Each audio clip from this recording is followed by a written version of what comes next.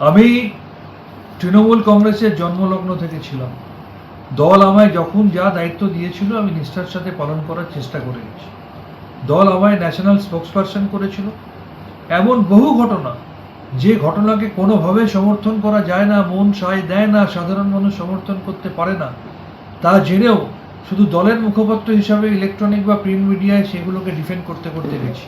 তার জন্য বহু সাধারণ মানুষ আমাকে অনেক কথা শুনিয়েছেন, আমাকে সেগুলো হজম করতে হয়েছে। কিন্তু আলটিমেটলি রাজনীতিটা মানুষের জন্য।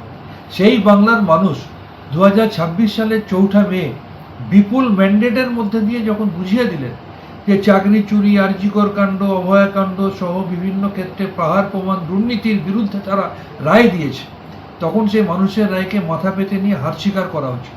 তাই মানুষের রায়কে মাথা পেতে নিয়ে হার স্বীকার করে এরপরে আমার মন আর কোনোভাবে সম্মতি দেয় না যে এরপরেও এই ধরনের দুর্নীতিগুলোকে সমর্থন করতে হবে। তাই আমি আজকে তৃণমূল কংগ্রেসের সর্বভারতীয় সভানেত্রী তথা এই রাজ্যের প্রাক্তন মুখ্যমন্ত্রী শ্রীমতী মমতা বন্দ্যোপাধ্যায় মহোদয়ের কাছে ন্যাশনাল স্পোক্সপারসনের পদ থেকে আমি ইস্তফাপত্র পাঠালাম। আমার ইস্তফাপত্র গ্রহণ করে বাধিত করব।